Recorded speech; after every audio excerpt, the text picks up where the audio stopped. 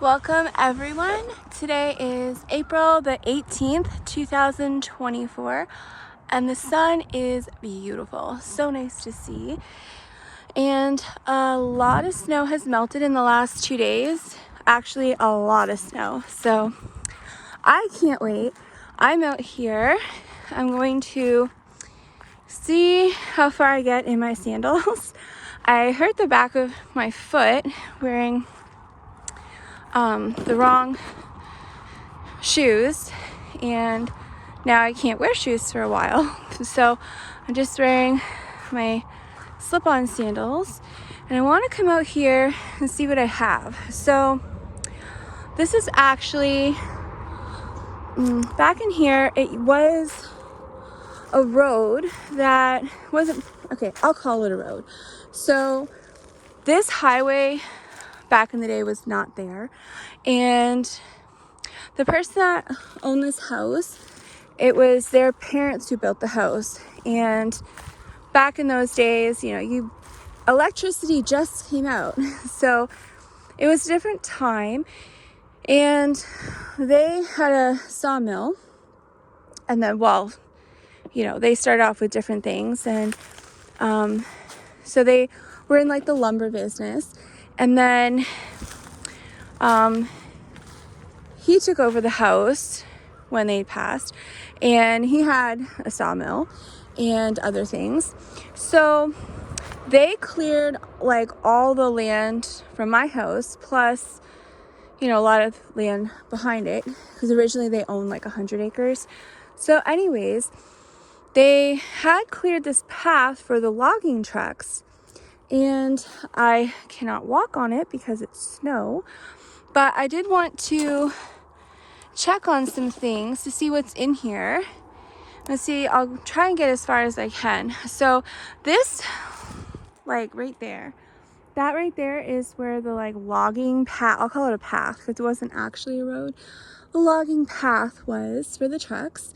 So it's clear, it's just overgrown because it's not used. But it does go down a ways, and then it's open, but you can turn and you can go behind my property. There's a lot of cleared area back there from when they logged it.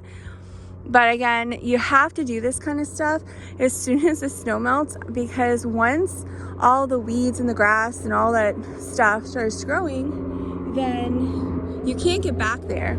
Plus the mosquitoes and the bugs are horrible. And okay, there's a lot of traffic on the highway.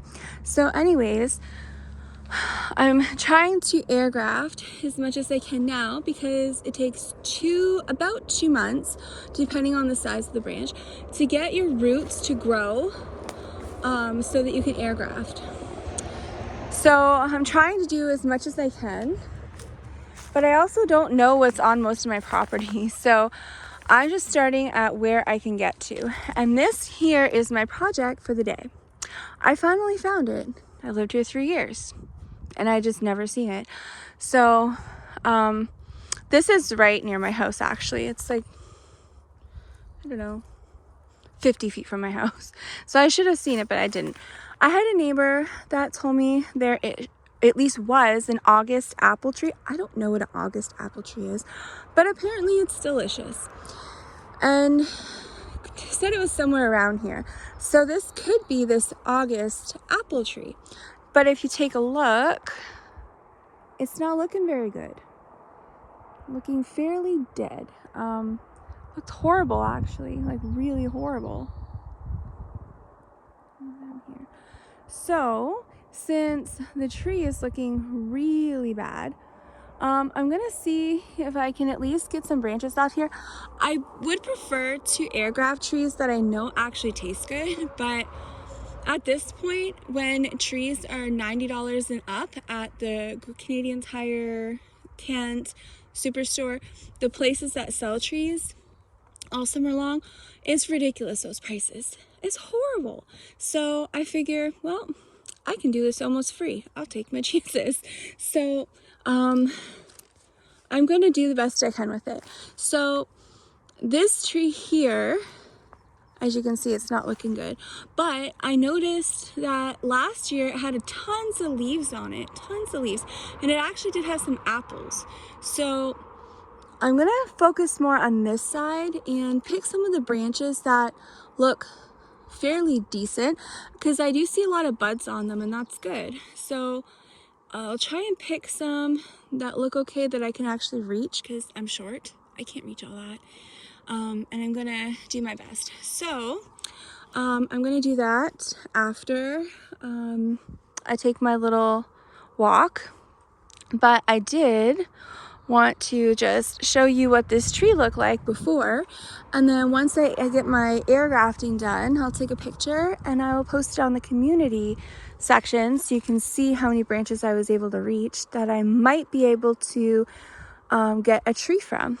And then if you notice here, I believe those are cedars, so if I wanted to, I could air graft some cedars. So mainly what my goal is that I'm really trying hard this summer with what little money I can come up with to fix the house up and the yard the best I can. And then I'd like to get it up for sale middle of September. I might be ready. If not, I may have to see if I can get a line of credit on the house, because I don't owe money on it. I bought it like the cheapest thing I could find that I was able to pay cash for. So I may be able to get a line of credit and I can fix it up so I can at least get it up for sale.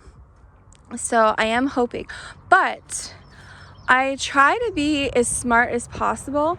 And when I move, the money that I make from this house, that is actually has to pay for me to get a new house. And my goal is to have a lot of money left over so that I can fill my basement with like food and things for the house and all kinds of stuff, so that I don't have to worry about doing without or not being able to afford the prices that are going up.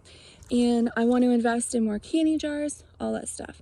So the less money I spend on things I need, the better. So my goal is to use this property as much as I can to benefit wherever I move. So apple trees, I want to try and air graft my apple trees. And by doing an air graft instead of a traditional graft, I only have to wait 2 months and I got roots growing out of the branch. And I can cut it off, put it in a 5-gallon bucket, and there we go. I have an apple tree, almost free. And I'm bringing everything to the new property. So if you want to know how I air graft and how it's different than regular grafting, you can check out my video. I will put the link in the description showing how I air graft. One of the best things I ever learned, and it's life-changing. So I'm going to air graft my hazelnut trees. I'm not able to get to them today. Those are way back in my woods. I can walk to them, but there's still snow and bears are probably going to wake up soon. Not good to go by myself, but I will be air grafting all my hazelnut trees. And then I'm also going to be doing, I think I found a cherry tree out in the back, but I'm hoping to find as much as I can that's useful. Now, if anybody can tell me how to tell the difference between a sugar maple and a regular maple, I would greatly appreciate it. So you can put that in the comments, because I don't know. I always thought a maple was a maple. I didn't know there was varieties of maple trees, and that's what happens when you're raised in the country or in the city. But even people raised in the country, a lot of them are not even taught all this stuff. And I find that, it's really sad. You think people in the country would know all of these things, but I've learned that there's tons of people who've lived out here all their life and they don't even know basic things. So anyways, this here is a giant maple tree.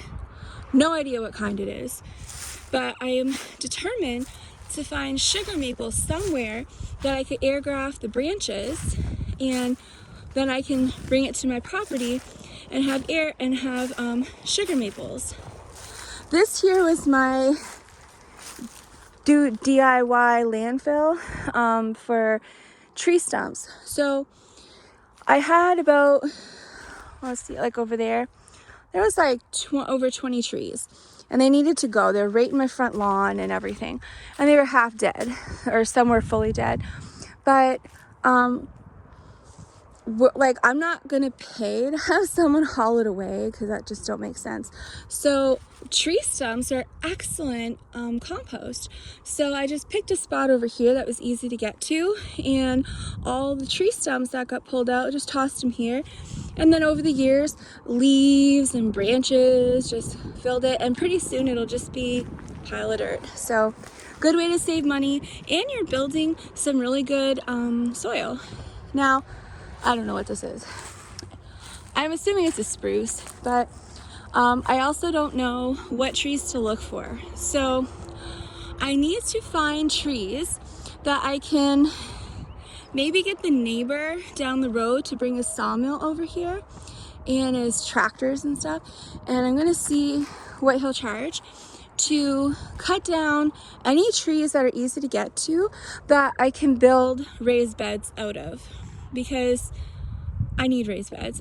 I need as many as possible. I have to get gardens in this year. But I cannot pay those prices for cedar wood. It cost me, well, I saved about, for 3 years, I tried so hard to get my raised beds, but the price is terrible. So last year, I was finally able to get money to get some, and it cost me $1,000. And it sure didn't look like $1,000 worth of wood. And it's actually $1 cheaper per 2x4 than what the other like personal sawmills. Out here, you cannot just go to a box store and get cedar wood. They don't sell it. So I just find people that have their own local, like their own sawmill in their backyard, and you just buy it locally, and you don't have to deal with, like, you know, taxes and stuff. You're supporting local. And I did get a deal, but it's still $1,000 and it didn't go very far. So I need to see what I can use. Now, I did see that Gillum Farms used birch to make their raised beds. Good gracious, I am overloaded with birch. This one here, I could definitely cut this one down.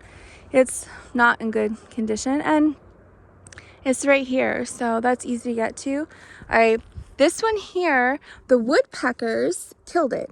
So I had this one torn down because it was really close to my house, and if there was a storm, it would probably go right through my roof, and that is not something I can afford to fix right now. And I do need a new roof badly, but it's holding up, it's not leaking, it's good. It can hold up for a little bit. But if you ever wondered what it looks like when a woodpecker kills a tree, so this is what happens. I was told by my neighbor, again, I don't know anything, so let me try and see if I can, zoom out, I lost it, there it is. So the woodpeckers, what they do is they poke their holes in the tree and they stuff worms in there. So it's kind of like how squirrels hoard like nuts and stuff. The woodpeckers hoard worms, but they put them in your tree and it kills your tree. So they killed this huge tree. But it has to come down anyways, so not worried about it. But I guess I could maybe get some lumber out of these trees. I have a lot of ones that are down. This area is so overgrown. It has not been used in so long, like decades and decades and decades since this has ever been maintained, if ever. I don't even know what this is. This here is some metal thing that kind of looks like a kid's slide, but it's not. It's a metal something that's rotted, but it's just there down the hill. So no idea what it is, but there's lots of random junk. There's lots of, let me see. I have a lot of these. Really, they look like old wagon wheels. I don't know what they are. It could be from old cars. So back in the day, they did not have garbage pickup like we have today. So if you had garbage or you had anything that you just had to get rid of, you make a landfill in your yard and that's where it goes.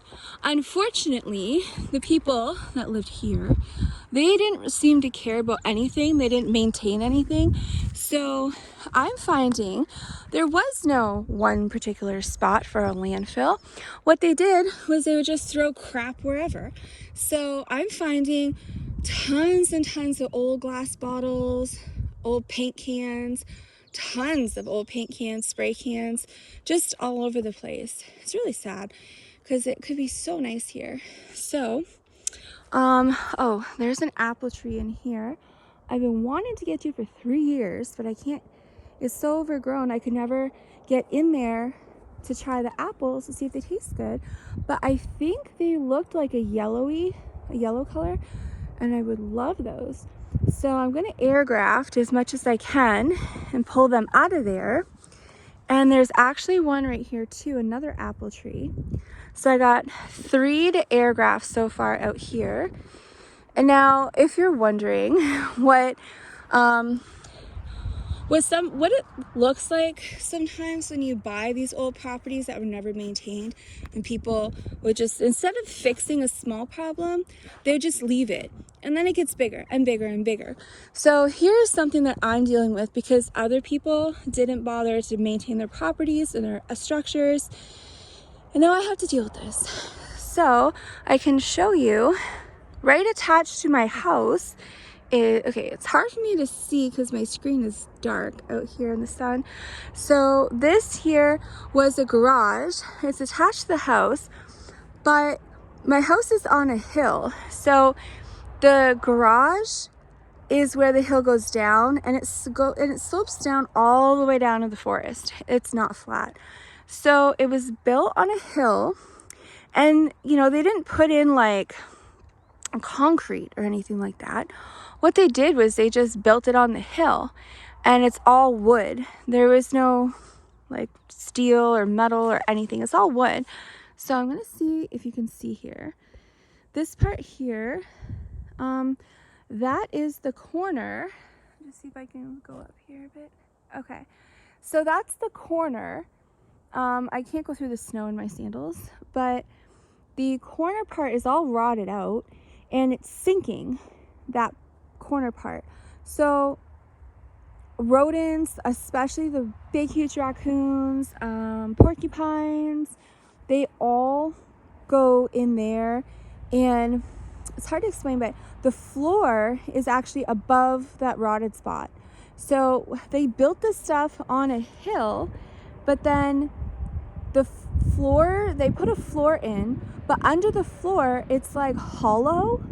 So some parts of the floor is dirt, but then as the hill goes down, the floor is just like elevated, and so it's hollow. So these structures had hollow floors, and so that makes it even worse because I can't even like try and salvage anything. It's very dangerous to go in these buildings. So you always have to be really careful if you're going in old buildings, because it's easy to assume that the wood floors are built right on the ground, but like in this case, they're not. So here, I'll show you. Okay, let me see. You might be able to see where the wood is different. So you have wood at the bottom, and then you can see where the cedar shingles are. So where that wood goes up, I think there's like 1, 2, 3, 4, like 5 2x4s or 2x6s, whatever they are, across the bottom, like 5 rows high. At the top, that's actually where the floor starts. So you can see how much hollow space, let me just zoom out a bit. You can see how much hollow space there is between the floor and the ground.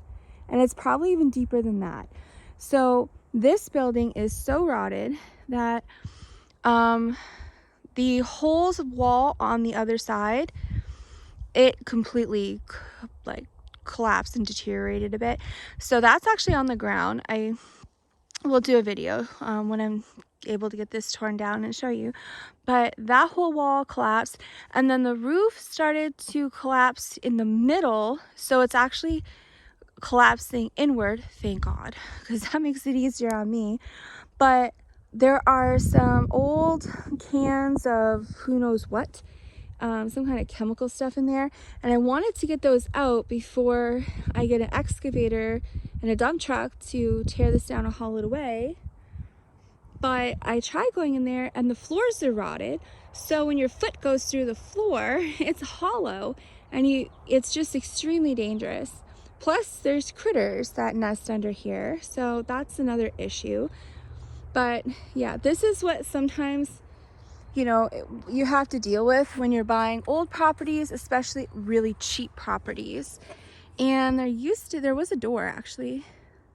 So there's space between these two garage shed things. This one had a door. I don't know what happened to the door. One side is there, the other one fell off, I guess, and rotted. But you can actually see right through. It's just a mess. And then garage number 3 is actually just like a little shed thing they built for their kids. They had 2 boys and they built them like a playhouse, but then later on he used it as his office for the sawmill he had here on the property. And just a random note, because they were extremely cheap and like didn't care about anything. So when they cleared out the trees like behind the house and down the hill, all that forest area, when they cleaned that out, what they did was the sawmill was across the street because they owned all that property too. So they would actually take all of the sawdust and they would bring it down there and they would just dump it. So there's like, I think 50, the neighbor told me like 50 years worth of sawdust. So that's why the ground down there, I've tried to explore down there, but you kind of sink. It feels like it's swampy. So the ground is extremely soft because there's like at least 50 or more years of sawdust being dumped down there. And I think that would be like the most amazing soil down there actually. And it looks like black gold really. When you scoop up the soil, it's just so rich and amazing. So I definitely want to take advantage of that somehow. But yeah, it's very difficult for me to get down there. Oh, and there's another apple tree that I have to graft.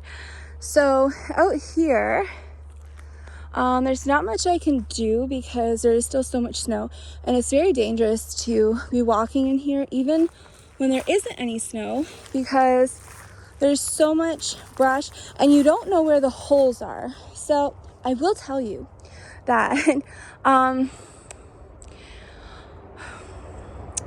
you got to watch out for holes because I would cut grass and quite often I will start cutting grass and then I almost sprained my ankles. Sometimes I think I actually did a few times because it hurt so bad and I couldn't walk on it. Because when groundhogs have their holes, they have a whole like elaborate underground housing and it has different entrances and exits. And so when I'd be cutting grass, all of a sudden, like you don't see the hole behind in the grass and your foot goes right in the hole. So it's horrible and it's really dangerous. So you do have to use extreme caution whenever you're exploring because you don't know where the holes are if you have groundhogs, and it can be very dangerous. Plus there's also around here a lot of just random like potholes. It's really sad. So this here is another project that I need to do. I need to get one of those battery, like, it's kind of like a saw, like a chainsaw, but it's just like a miniature one, and it's just like electric, and you can just cut these branches. So that is on my list. I want to clear as much of this out as I can so it looks nicer, it's safer, and I can get to those apple trees. But as soon as I can get down to this, I don't know if you can see it behind the trees, but that old road there, I can easily get to those apple trees. So I'm actually going to go down that path and then come up to the apple trees that way. But I was just hoping somebody could help me with what kind of trees to look for that are good for making raised beds that I might have here. I don't have oak or any of those kind of woods. I mostly have white birch, severely overloaded with white birch. And I do have cedars. So I am going to try and cut those down. They're huge ones that I have about 7 of them. But I don't know what size you need to use. So like this one here, it's a super skinny little thing. Let's see right here. See how skinny that is? I don't think that's going to be good for anything. So, you know, I don't think these cedars are going to be of any use to me. But like can anybody tell me what you've had experience with when using spruce? What kind of things like can I do with this? Is this good for building anything? You know, mostly raised beds, but I also need to build a chicken coop and a run. So, I mean, is there anything I can use blue spruce for? Because I would like to use what I have easy access to. And I don't have much maple. I think they cleared any of the maples. They pretty much cleared out. But there are a few, like that great big huge one there. I'd like to clear that. I don't like anything near power lines, so I wouldn't mind cutting that one down if, you know, I needed to. But I don't have much maple. It's mostly spruce, white birch, and some cedars. So hopefully I can get some help. And for Canadian family homestead, this here is the blue spruce that you so badly wanted, but of course I didn't know, like back then. These were 2 blue spruces. They were like 20 feet tall or more at the ditch right along the power lines. And what happened is a porcupine, well, the neighbor told me because they were dead when I moved here. So a porcupine actually came and it ate all the bark off the trees. Apparently they were beautiful trees. They're just in the worst spot. Who wants a blue spruce like at the edge of a ditch by a power line? But the porcupine ate all the bark off of the trees. And then, I mean, there are some spots that did have bark, but for the most part, the porcupine killed the trees. There was no like branches left with, there was no life in it at all. So I got this cut down. Fortunately, I got it done for free, which was really nice because the power company was not supposed to. They were just trimming all the trees on the road that were touching power lines. They just trim them. They're not supposed to cut them down.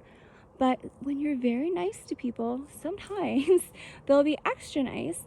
And they were extra nice, and they cut these 2 massive trees down for free. And then they even cut them in like 4-ish lengths, so the excavator could move them very easily. So I'm not sure, I don't think I can use this for anything. Look how dead that is.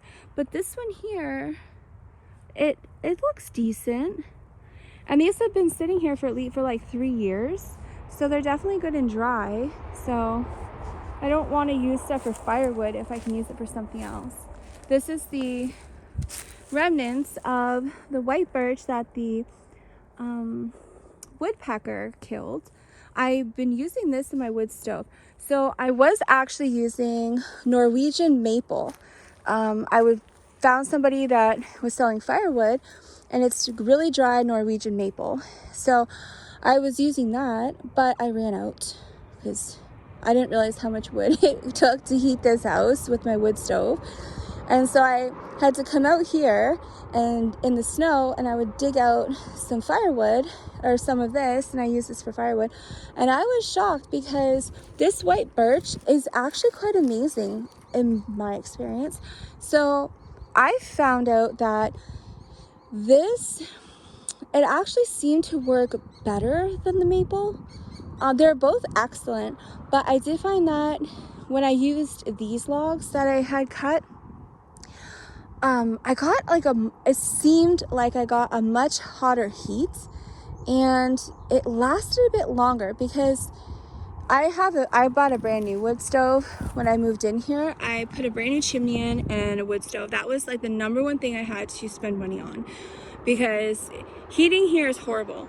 This year I had to use hydro, and to run my electric furnace to heat my house this year, and I only have my heat at I think it's like 68. It's not that hot. And it's around, my bills are around $800, $850 a month just for the hydro. And I don't even have a dryer that hooked up that works. I have to change the electrical, move it. But I don't use hardly anything electric here.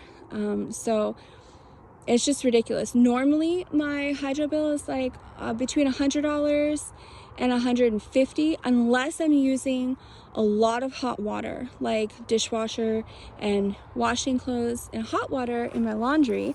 Then my bill goes up, but it's been very low. So heating a house with hydro and having to pay $850-ish a month for hydro, that's a bit much. But firewood has actually gotten really expensive too. So just for people who are curious, oh, what does that cost? So I've learned the hard way that no, you cannot heat your house here on like 3 cords of wood. That just doesn't work. I have actually seen people who heat their house with 1 cord of wood, but they clearly don't live around here because you can't do that unless you have a little tiny home that has no space. Even then, that's still not much. But it takes for me to heat my house, which has original old windows and it doesn't have insulation. Actually, back in those days, what they used for insulation was whatever they could find. So people would take like rags, they'd stuff it in the wall, sawdust. Oh my goodness. My walls are loaded with sawdust. And just whatever they could find to put in their walls, that's what was used for insulation. So, you know, my house is not energy efficient. I have the old original door. I mean, it's drafts like you wouldn't believe. So my house, it takes me about 13 cords of wood to heat my house for the winter. And that's actually extremely expensive. So originally back in like the winter of like 2021, like at the beginning, so around like, you know, January, February, March, the cost of 1 cord of hardwood out here was around like, if you pick it up yourself, you could get it for like $225. So it wasn't too bad, but to get it delivered, people would charge maybe $250, $275. I would say tops. There's obviously people that sell everything higher price, but that was pretty much the like standard rate. But now I actually got a deal because it's extremely hard to find firewood. So if you can even find firewood, I mean, it's usually about like $350, $375 a cord. And you know, it just depends if you're getting it delivered, if you're picking it up. But if you're picking it up, you still have to pay for gas to go and get it and bring it back. But you know, it's around $350, $375 for 1 cord if you can find it. So I was paying $320. I got it for was it three? I think it was 300 or 325 delivered. It's cut, split, and delivered per cord. So for me to have to buy 13 cords of wood, that's just a little bit much. So I definitely could not afford that because you have to pay that up front. There's just from regular people. So this year I just did the equalized payment plans, and I at least get 1 year to come up with the money to pay my bills. So every month you can pay, like, for me, my average bill is like $119. So every month I only pay $119 for my hydro, and I waited to the last moment to do that. So if you ever are having hard times and you have to use that, you normally don't use hydro and your bill's low, but say you have to heat your house with hydro 1 year and you've kept your bills low, most hydro companies will offer an equalized billing plan. So whatever your average hydro bill is for the year, then that's what they'll charge you for the next 12 months.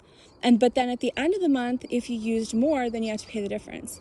So for me, I only have to pay $119 every month, but then come December 2024, I have to then pay the difference. So I'm looking at a couple $1,000s that I have to come up with to pay for heat. But at least I have until December to come up with the money to pay for my hydro for heating my house. So it is definitely a good option because you can at least have heat. But with firewood, you have to have the money in cash and pay it, or they don't give you credit. People normally don't give you credit when you're buying from them, but with companies, sometimes you can do that. So it is an option. But just thought that was really interesting that the white birch worked really well. I did find that for me, it did have a bit more smoke. So you may have to clean your chimney out a bit more. It's just my experience. I just found it did have a lot more smoke to it, but it worked amazing, like really high heat, and it lasted longer. So normally, okay, so there's different kinds of wood stoves, but generally the newer, the more modern wood stoves, they have this whole system built into them. And so it basically, how it works is about every 4 hours you have to reload your stove, but you do get a really good heat out of them, and you don't get too much smoke as long as you're burning wood that you're supposed to burn. If you're burning green wood, then that's a whole other issue. But for me, about every 4 to 4.5 hours, I have to reload my wood stove, and you can't fit a whole lot. You can fit a decent amount, but that's a bit difficult when you're trying to sleep at night. So I would have to stay up until the wood stove is about to go out, and then fully load it, and then hurry up and try and fall asleep right away so I could get at least 4 hours of sleep before I have to wake up. And I would have to set my alarm. So like every 4 hours I have to make sure, and this is 24/7. So all throughout the day I have to reload it. All through the night I have to reload it. And it makes it really difficult because it ruins your sleeping. It just messes everything up. And so it's very difficult, I find, with the wood stoves. And if you have to go somewhere, like you have to drive into town to go to the grocery store or whatever you want to do, you always have to make sure that you get home within 4 hours. And out here, it takes an hour just to get to town. So I would often come home and my house is cold and the fire's out and I have to restart it, and it's such a pain. So just a good thing to keep in mind for people that do not have a wood stove and are thinking about it, or, you know, there's a lot of downsides to your wood stove. But on the other hand, if you have property and you can cut down your own wood, it's a massive price difference between, you know, paying for heat or buying some firewood from someone else. So I definitely recommend everyone have a wood stove so you at least have a backup option. And it's really good heat too. It's an excellent way to heat your house. But you do have to keep in mind that you have to reload your wood stove all the time, and you do have to keep your chimney clean. So that's another reason why when I move out of here, I would love to just find a really good deal on property, buy my land, preferably on the ocean instead of right near the ocean. And I already actually picked it out. I'm just praying it doesn't sell until like I'm able to buy it. But when I'm hoping to build my own house, doesn't have to be anything big and fancy, but just something that doesn't have everything wrong with it. So another thing to look into for people who are looking at buying a home, maybe like getting out of a rental or a first home or even a second home, it's a really good thing to consider if you are going to be using a chimney, is that you need to be able to have access to clean it.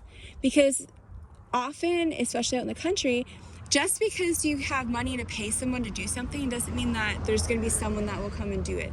So if you need your chimney cleaned, it's nice to be able to just pay someone to come and do it. But sometimes there's nobody, or sometimes there may be somebody who can do it, but they're just not interested in. So then what do? You're going to have to get up on your roof and do it yourself. It's actually not that difficult, but it's just more of an issue of being dangerous. So I have 2 stories plus a full attic. So that's basically 3 stories. And the roof is very steep. So I'm not going to be doing that. I will just not use my wood stove. But, you know, and these are things that, you know, I think of this property as actually my practice property. So when I can actually get to what I call my permanent home, then I will have learned so many things that I can use to prevent issues. So one of the reasons that I want a 1-floor home is so that if you do have issues, it's easier for you to fix it yourself. If you have an issue with your roof, it's a lot safer to get up on a roof of a house that's just a one-story ranch, just a plain one-story ranch. You can get up on your own roof if you need to. You can do repairs. When you need to clean your chimney, you can get up on your own roof safely and you can clean your chimney, and it's not really that big of a deal. Out here you can't have gutters because the snow or the ice, it gets so cold that the ice forms these massive icicles and it will actually rip it right off your house. So don't have to worry about that. But you know, these are just things that are good to think about. Or even if you're going to re-shingle a roof, it's so much easier and safer if it's on a ranch house than like a 2-story, or like a 2-story in an attic. So it's almost a 3-story. So, you know, it's just good things for people to think about who are looking at moving or building a house that don't have all this experience or have learned different things. You want to keep those kind of things in mind. And then this here too, if somebody can tell me what this gross, disgusting stuff is. Now, it's weird because it's not poo. I thought it was bird poo. It's not. So, I can zoom in a bit.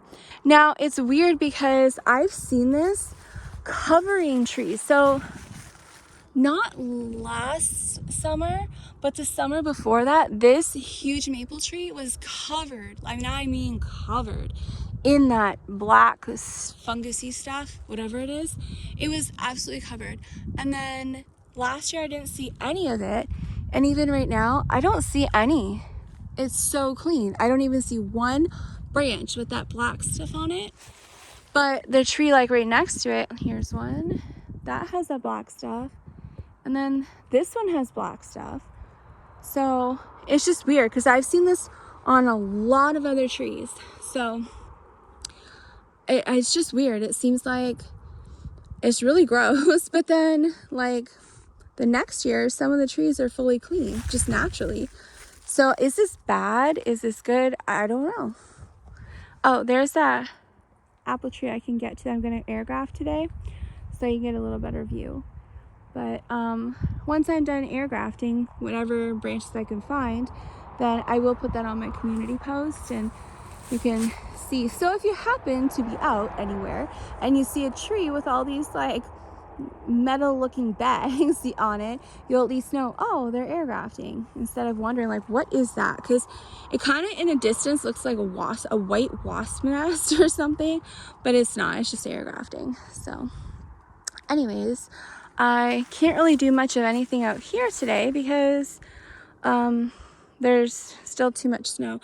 But just in like 2 to 3 days, like most of the snow is melted. So I'm hopeful, and I'm gonna get out here as soon as I can, and I will take you on the actual like really nice paths. Well, not really nice, but just better things to see. And see if you can help me identify some things.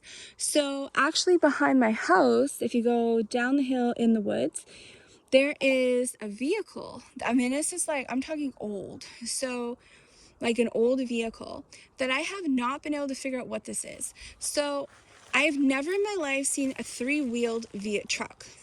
I've never even heard of a 3-wheeled truck, but there's a frame to like a truck. The front part, it's like a 2-seater. So it looks like a regular truck in the front with 2 seats. All that's, it's just a frame. Everything's rotted. So you can see the springs where the seats are, but there's no like fabric, there's no windshields, there's nothing. It's literally just a frame.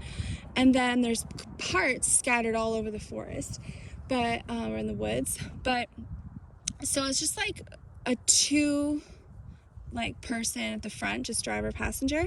But then the back part of the truck, it looks like it's a triangle and there's a wheel at the back. Instead of having 2 wheels, it has 1. I've never seen a triangle shaped vehicle. It's just weird. So, yeah, I was just curious if anybody has ever seen a really old 3-wheeled truck and knows what that is. Once I can get down there when the snow melts, then I will go down and I'll show you this truck. And there's just parts everywhere. So, yeah, I kind of thought, ooh, maybe I could sell it on eBay and raise money to buy wood to make raised beds, because people like old stuff and antique cars and I don't know, like, it was just a thought, just a random thought, but I wouldn't even know what to list it, like 3-wheel truck. I don't know. So hopefully somebody out there knows what I'm talking about and can let me know in the comments what kind of old truck have 3 wheels. I just found it interesting. But that's pretty much it for today because I can't do anything. I'm just gonna graft. But oh, just in case somebody does see this kind of stuff.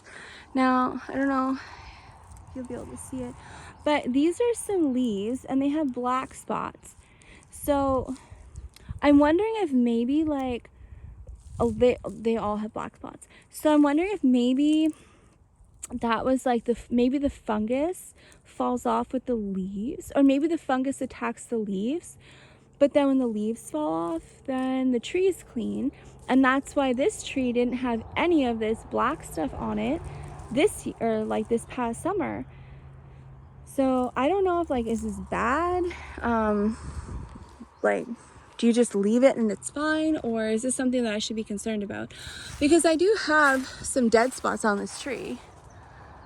I don't know if you could see that, but I mean, it's the tree is really beautiful in the summer, but there are a whole lot of dead spots on it.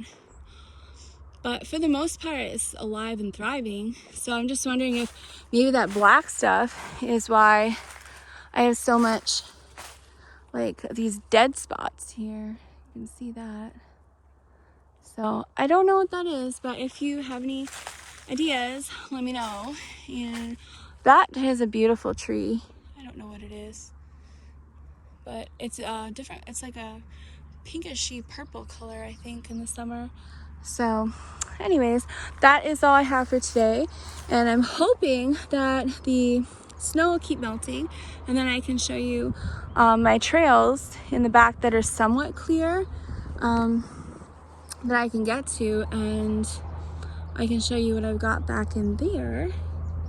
But so this is all I have for today. So I'm going to air graft this, whatever I can salvage from this apple tree, and let me know if you have any good info on my wood situation or this black stuff. Yeah, that's all. So I will see you on the next video.